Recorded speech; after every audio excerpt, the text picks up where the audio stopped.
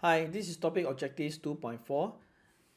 In this video, I'm going to introduce to you some of the organizations that are also involved in the financial regulations here in Singapore.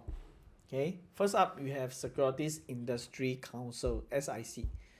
This is one of the more important ones you should note in this module and in Singapore is because they administers and they enforce the Singapore Code of Takeovers and Mergers. Okay, in short, we call it Takeover Code.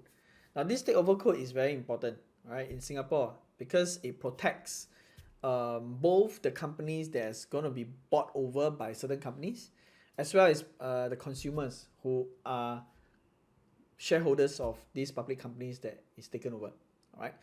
In this module, we're not going to go into details on how this works, but just for you to understand that there is such legislation here to protect consumers and protect the companies that is engaged in this activity where one company buys over another. All right. This SIC has already been formed since 1973, and as you can see, the members are appointed by the minister. All right. And the members, they come from the private sector, which are representatives from the industry, the financial sector, and some legal experts. And this SIC is supported by MAS. The next one, Investment Management Association of Singapore. In short, we call it IMAS. Right? This is registered as a society back in 1997. This organization basically is a representative body of the investment managers. Right? They set the benchmark for the investment and fund management industry in Singapore. Right? Very specific subset of the industry. Right? The objectives of such an organization is really to promote professionalism and exemplary practice among the members. It also provides a forum for its members where they come together and then they share best practices, right? And of course, if there's anything that MAS, the regulations or the government needs to connect to in this industry, they will come to this organization, right? So the members are really most of the investment managers here in Singapore, right? Other than being representative, I think they also have a responsibility to promote, education to the investing public, right? MAS work with them very closely so that, the consumers, right, are well informed and well educated in the areas of any investments, right?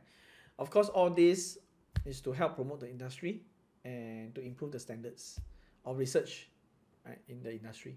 The regulation part, right, that IMAS provide is the code of ethics and the standards of professional conducts.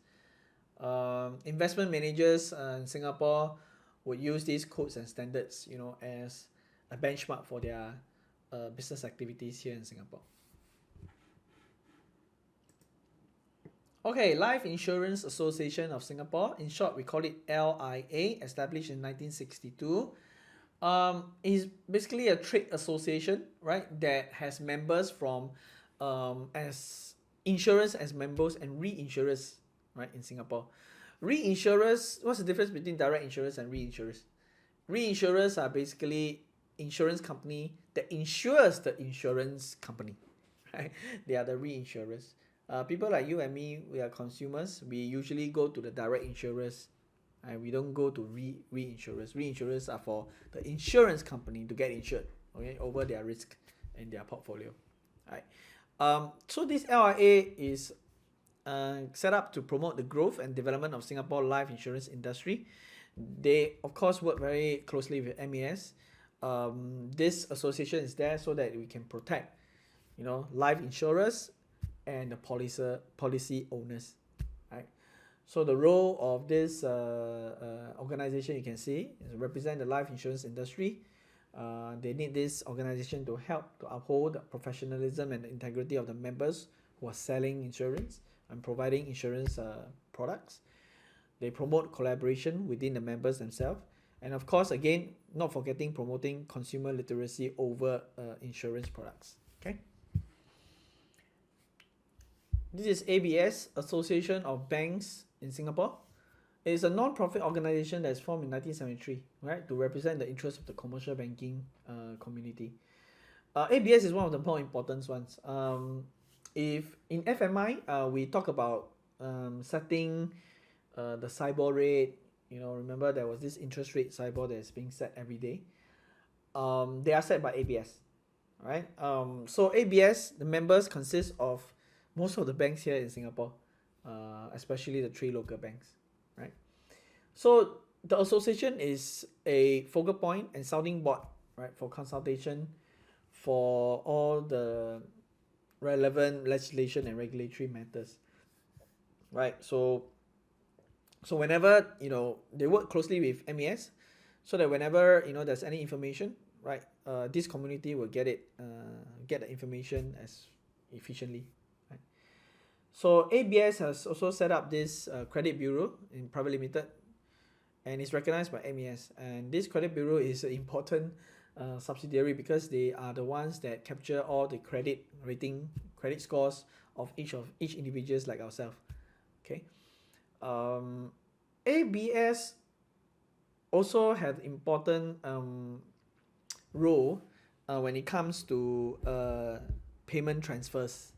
All right. So if you know about the payment transfer, the fast transfer that we have between banks, all these collaboration between banks, is actually an initiative that is done by MES and ABS themselves, right?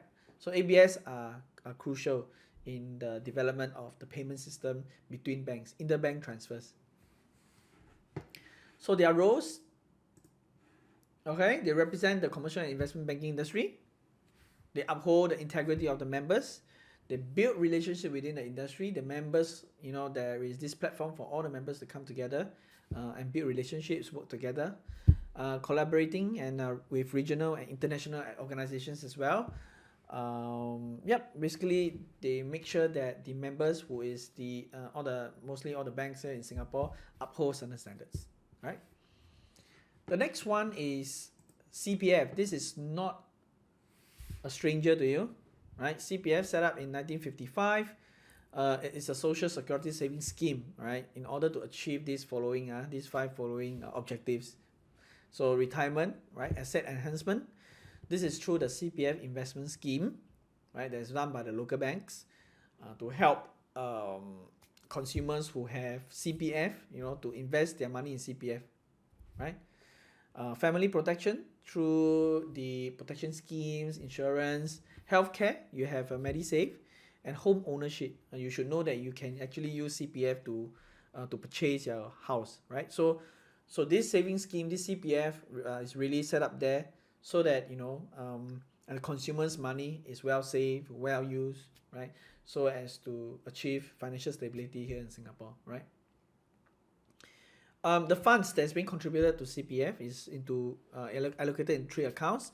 The most common one is ordinary account. Okay, the most liquid one will be in ordinary account, and then you will have the MediSave account where it is being used for medical purposes, and a special account which basically sets there for your retirement purpose. All right. So this is some of the organizations that are heavily involved, right, in how the financial industry behaves, right, and they work very closely with MES so that the whole financial system is stable, right? They use these organizations to help, to relay messages and to relay some kind of standards, among the community, among the financial industry community, right?